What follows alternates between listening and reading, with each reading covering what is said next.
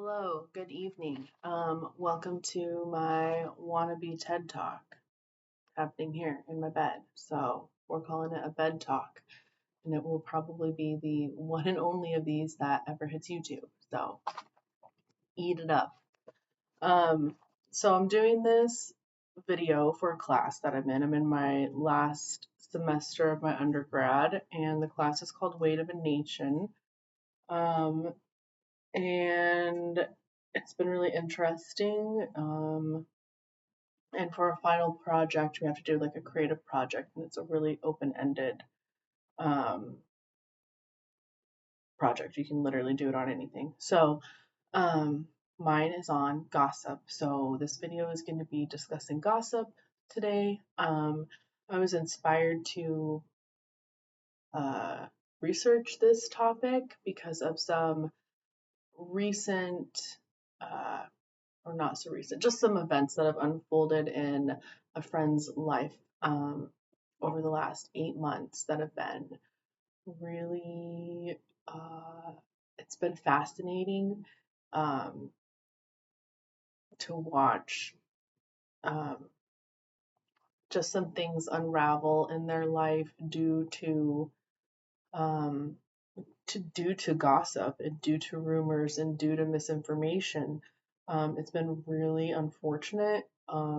It's actually made me question so much about like society and like what we really know to be true and why do we decide to believe certain things. So anyway, the topic is gossip. Um, the first recorded instance of gossip happened in 1500 BC, and it was a cheating scandal.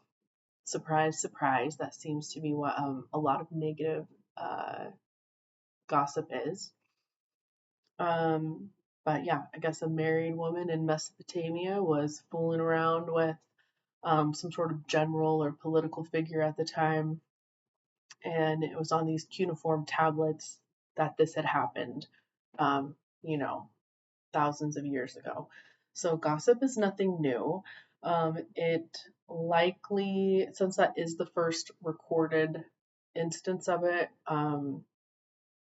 researchers speculate it really wasn't happening when people were living in hunter-gatherer societies. They think it maybe developed more as we moved into like agriculture and herding and larger townships where everybody didn't really know each other. Because essentially, the simplest, most purest form of gossip is it's just communication, right? Like gossip is when two people, at least two people, are conversing about a third person without them being there. Um, and this happens all the time, right? Like we do this all the time. According to a study that was done in, I think, 2021, they found that people gossip like 68% of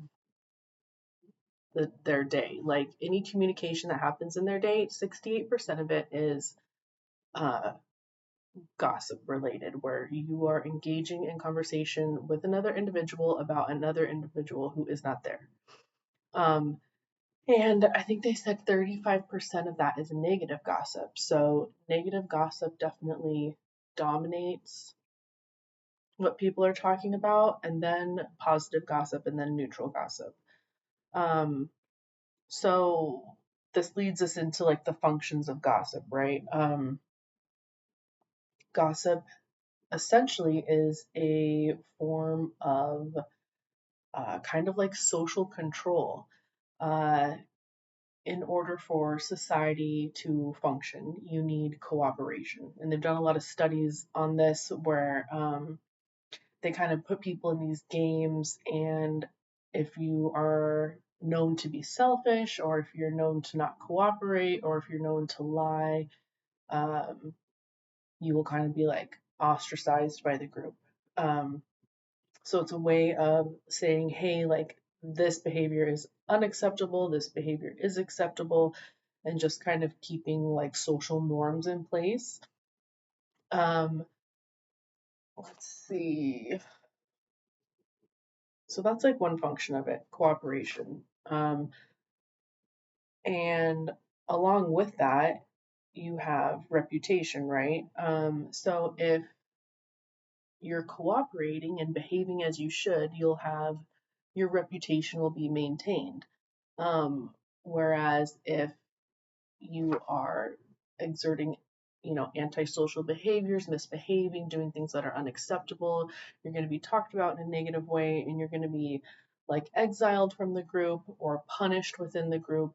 On some occasions, different members of the group will reach out and try to help you combat those negative behaviors, but they've found that most of the time that whoever the target of the gossip is, most people avoid the target. um, every once in a while you will get people that try to confront the target and engage with the target, but most of the time you just have people in this in group, gossiping and talking and doing very little to actually engage with the target of the gossip, which I found really interesting. Um, so, in another study that was done in 2015, and this was in the Journal of Social Neuroscience, by the way, I'll post all of the um, resources I use in the comments. So, if you want to read further, you sure can, or fact check anything I've said, you can do that.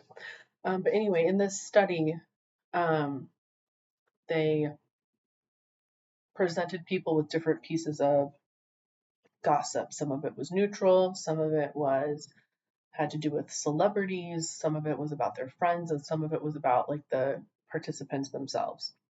So when the participants were presented with information that had to do with um, either literally anyone but themselves, celebrity, friend, foe, whatever, the reward center in their brain, lights up and is activated, um, which indicates there's some sort of like entertainment value, amusement. It's not necessarily like happiness, but some sort of like amusement level by hearing this negative gossip. Where when the negative gossip had to do with them, um, the reward center was not firing, and the participants were agitated, they were annoyed, they were experiencing anxiety, um, which is to be expected, right? Like, no one likes to be talked about negatively. Um, and people really don't like to be talked about negatively. Well, it doesn't really matter if it's true or not. Like, either way, it's not good. It makes you feel yucky inside and violated, in some way. Yet people continue to participate in the spreading of gossip. Now, this isn't necessarily like a part of us thinks like, oh, they're just like malicious people, they're bad people. And granted, there are some definitely like malicious bad people that like to spread rumors and bring people down in that way. But there's been some other studies that were done, and people who receive a bit of negative information,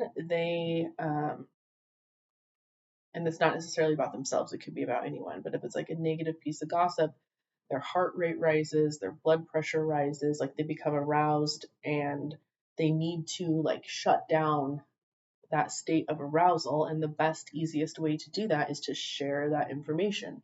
So as soon as you share that information and pass it along, your heart rate's going down, your blood pressure's going down, you're feeling some relief. So there's like a very physical element to all this, and physiological, psychologically, um, like your as you gossip, um, especially if it's negative gossip, your dopamine levels rise, your oxytocin levels rise, um, and the oxytocin piece is really important or interesting because, um, like that's your bonding hormone, like that's what mothers and experience during breastfeeding. It's what you experience after having like sex with your partner. Like it's like this bonding hormone that's bringing you closer together. So when you're sharing these negative bits of information, it's actually a bonding experience. It actually bonds you more than sharing positive information, which is really interesting. This is from a study in 2006. Um, and it says discovering a shared negative attitude about a target person predicted liking for a stranger more strongly than discovering a shared positive attitude. It goes on to say that presumably sharing negative attitudes is alluring because it establishes in group out group boundaries, boosts self esteem, and conveys highly diagnostic information about attitude holders. Despite the apparent ubiquity of this effect, participants seemed unaware of it. Instead, participants asserted that sharing positive attitudes about others would be particularly effective in promoting closeness. Um, so yeah, like we all think like, oh, if we have shared interests or if we like the same people, like that's like, community bringing us together. But the research shows that you are more likely to bond with a stranger over a shared piece of negative information or a negative attitude towards someone. So it's kind of low key depressing, not gonna lie. Um, so this kind of brings me to like modern society, right? Like, we live in a very interconnected society. Everything's essentially like globalized at this point. We can access news and information from multiple countries, from multiple people, different cultures.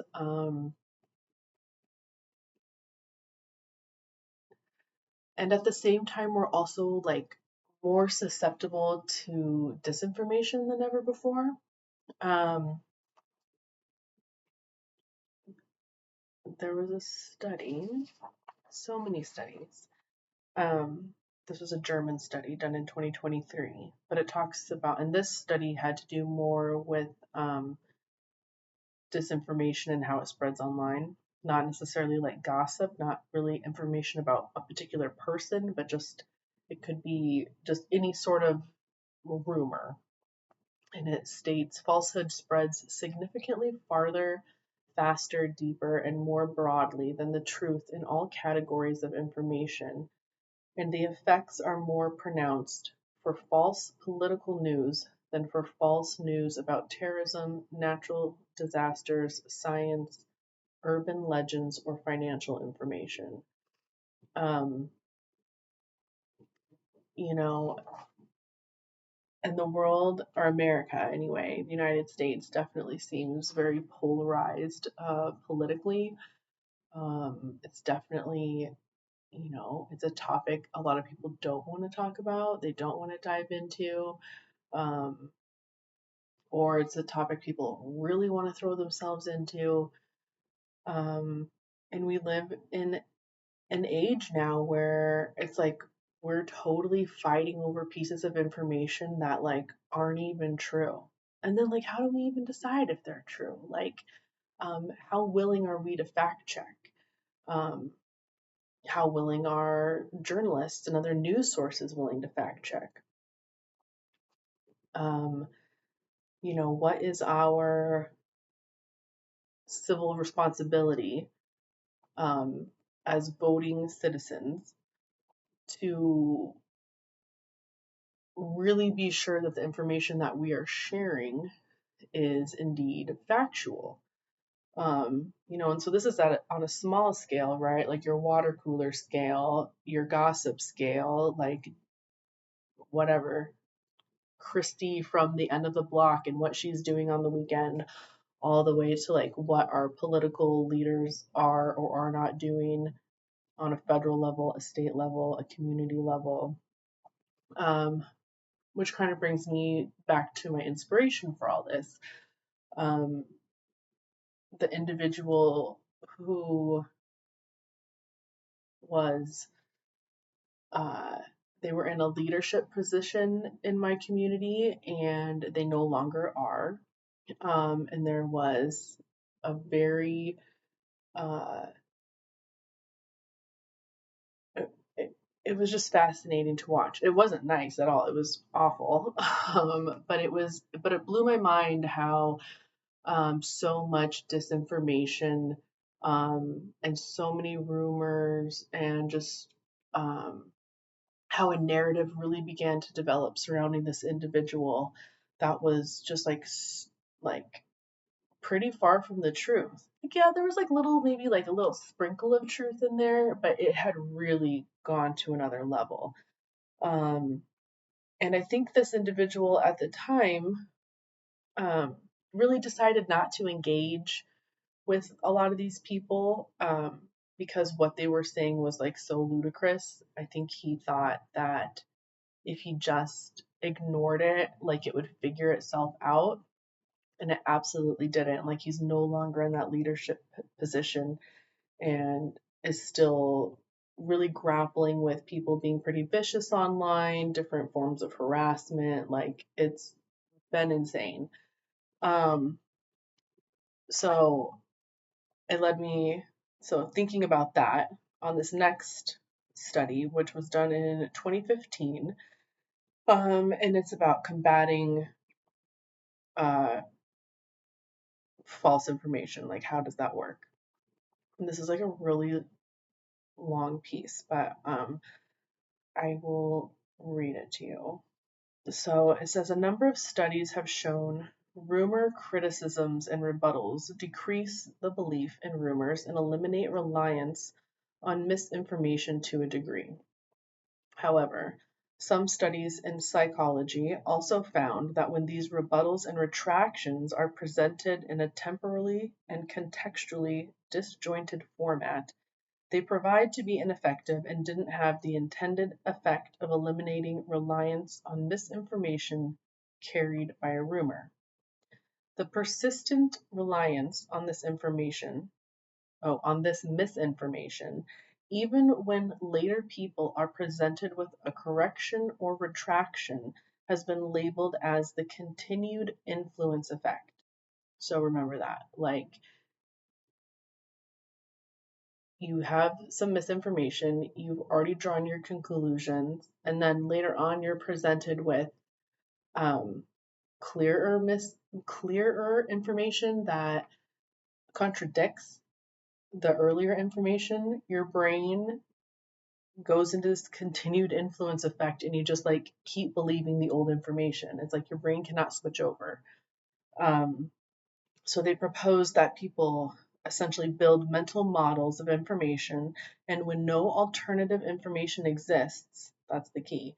When no alternative information exists or a criticism correction is presented after the model is already built, they may keep their model despite knowing it is false. According to the mental model approach, the initial integration of information when the model is being built is more readily performed than it is updating after a retraction. So I definitely found that interesting. Like, we do mental models all the time, right? We're trying to make sense of the world. Um, and I think in the instance of my friend, um, the fact that they weren't combating any of this misinformation really was a disservice to them in the long run, because by the time they decided to come out and be like, this is false, this is false, this is false, these are the receipts, here's this information, it was too late. People had already made their mind up, even though there was literal factual tangible pieces of information that contradicted this narrative. So um so that's happening like all the time in our lives. Like, that's happening online, that's happening in your local government, that's happening in big government, and essentially it's also happening in smaller ways. Like if people are being misrepresented online, um, and they don't quickly counteract that, a narrative, a mental model is going to be developed, and it's hard to go against that. And I think about this in terms of mental health, and especially with kids, right? Like cyberbullying is huge. So many of these kids are online and they are just being so cruel to one another, and forming these narratives around information that likely doesn't exist or has been exaggerated or conflated in some way. Like, and these kids are kids, right? These are 12, 13, 14, 15, whatever. These are young children. Like, they don't fully understand like some of these like psychological effects, that these like kind of tricks that our brains play on us. They don't understand how to combat that effectively. Um, and it really is just really sad. Like, when you are being cyberbullied online, your chances of attempting suicide double. And that's for teens. So I think for adults, it's not quite as severe, but it's still severe. Like, I've definitely witnessed firsthand the effects uh, of online bullying and harassment and lying, the toll that they can take on a person. Um, so where does that leave us, right? Being a cyberbully is not illegal. Uh, my father would always tell me, you can't police morality, right? You can't make someone be a good person. Obviously, we have laws in place like you can't murder people, you can't rape people, you can't steal from people, right? And already, like, those laws are can be relatively difficult to enforce. Depending on who you are and how much money you have or what your connections are, you may be able to get out of bad behavior. Um,